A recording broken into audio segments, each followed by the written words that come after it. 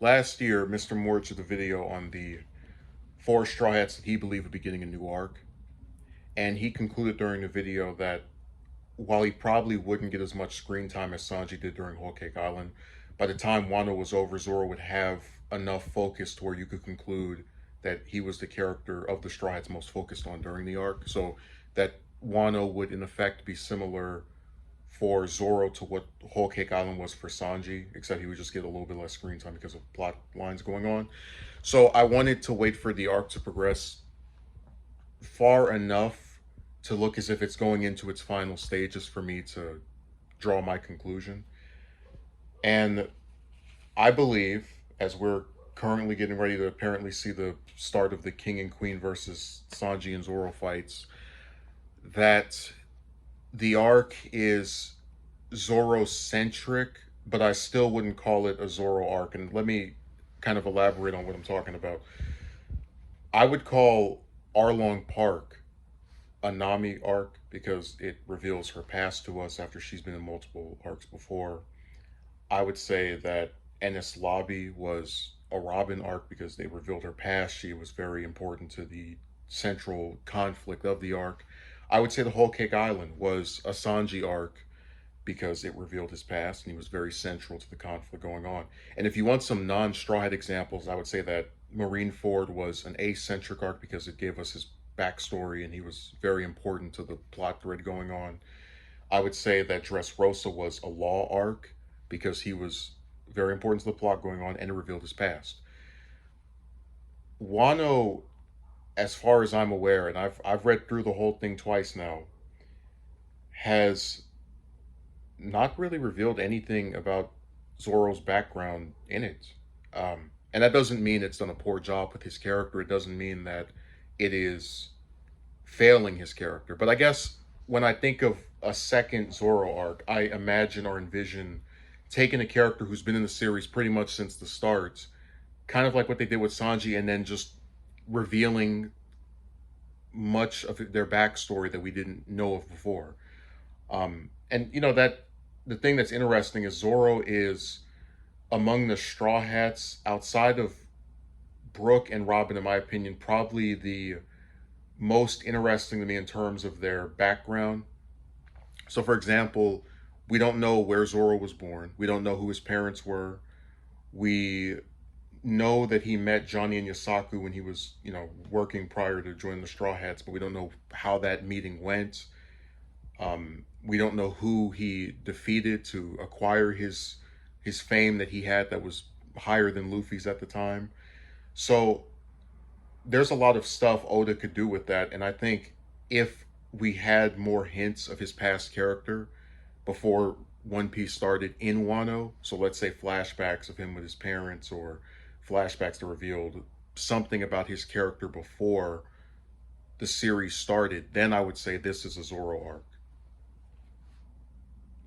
Now, I don't know what all is going to happen. For all I know, while he's slicing up Kaido, they could pull up a flashback and say, "Oh, here's what happened with Zoro when he was a child."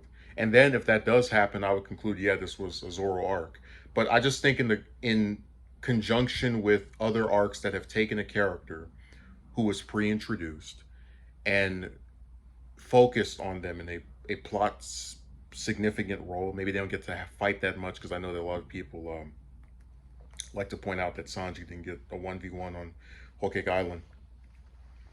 But it's accepted that when there's a character Oda wants to give the backstory of, even if they don't get to fight, their past is very much revealed and they receive character development. We learn more about them and who they were. And Zoro is a character that, while we do know things about his past, it's very minimalist information. Just like when I did my Nico Robin arc, the arc that we need video, I was talking about how, we know that she worked for Crocodile for what, 3 years, but we really don't know what all that entailed. We don't know if when she joined, he immediately revealed who he was to her. We don't know when she found out about his weakness. Just Zoro's one of those kind of characters to me where we know very surface level information of his past. And I think if Wano does end up being 200 chapters like Mr. Morge predicted, there would be plenty of time to reveal, his background and tell us about his family and where he came from, and maybe what caused him to want to be a swordsman, and maybe if we could find out when he first learned about Mihawk, how he first met Johnny and Yasaku. This is all just stuff that, if it were addressed in Wano, I would conclude, yeah, this is an arc about him. And really, any information about his past, I would take, just fitting within the context of, here's a character that's introduced in the series, here's some stuff that happened to them before the show even started. I would say, okay, this arc has been about him. And, I'm not one of those people who's doing this like weird speed racer thing of when will One Piece end? When will One Piece end? So Oda could easily, maybe next arc after that, have Zoro be put in a situation similar to how Sanji was during Whole Cake Island, where he can't fight, he needs to be saved by the Straw Hats, and then they reveal his past. And somebody might say, hey, that's retreading, but I'm just saying that if they did something of that nature, where Zoro doesn't really get to fight like he has in Wano, which is something I have liked about the arc, that he's had multiple fights and been the central character in certain parts of it. If they took his character and didn't give him any fights, but they expanded on it in the same way that they did with Sanji during Whole Cake Island, I would be completely content with that. Just a little like side note, people always like to complain if like just one specific character doesn't get a fight during an arc. I'm like, how many arcs Nami didn't get a fight and Robin didn't get a fight? Just, relax. But yeah, I think Wano has given Zoro a lot of cool moments, a lot of memorable moments, more so than probably any other character, with the exception possibly of Luffy. And then if you want to count Kaido, I'm just talking about the protagonist. But if you go off of prior arcs of this series, where they take a character who's been around for a while, and maybe they don't get to fight or they don't get that many fights, but we find out about their character, Wano's really been kind of not the case for Zoro. And it doesn't mean it's a bad arc. Wano is my second favorite post time skip arc, in fact, after Whole Cake Island. So I'm not in any way trying to put it down. I'm simply saying that when I see people who are saying that this arc is about Zoro, or it's a Zoro arc, and then we don't learn anything about his character, it just feels kind of disappointing, because I do find him to be interesting, and I do think that there's plenty of material that Oda could fit in there, to just expand him in the same way that he did with Sanji. Just as an example, they could have Johnny and Yasaku come to Wano or some other island the Straw Hats come to, and then reveal how they met Zoro. And then, Zoro could maybe meet Mihawk again, and then finally reveal how he first heard about him.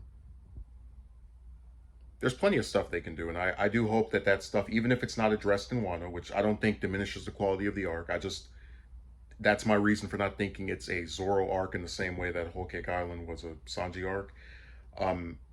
I hope that at some point we do get that information. But regardless, thanks for watching. I still think Wano is very good for Zoro's character, because if you look at arcs, especially Whole Cake Island, where he wasn't even there, and then he's been having multiple moments of focus, that does make up for just this really big absence that he had in the story. Only a few years after completely disappearing during Marineford as well. So I'm not saying any of this to put down Wano. I just think Zoro's such an interesting, mainstay, popular character in the series that if we can reveal those important parts of his past, we should. And I think Oda is talented enough to do it in an interesting way.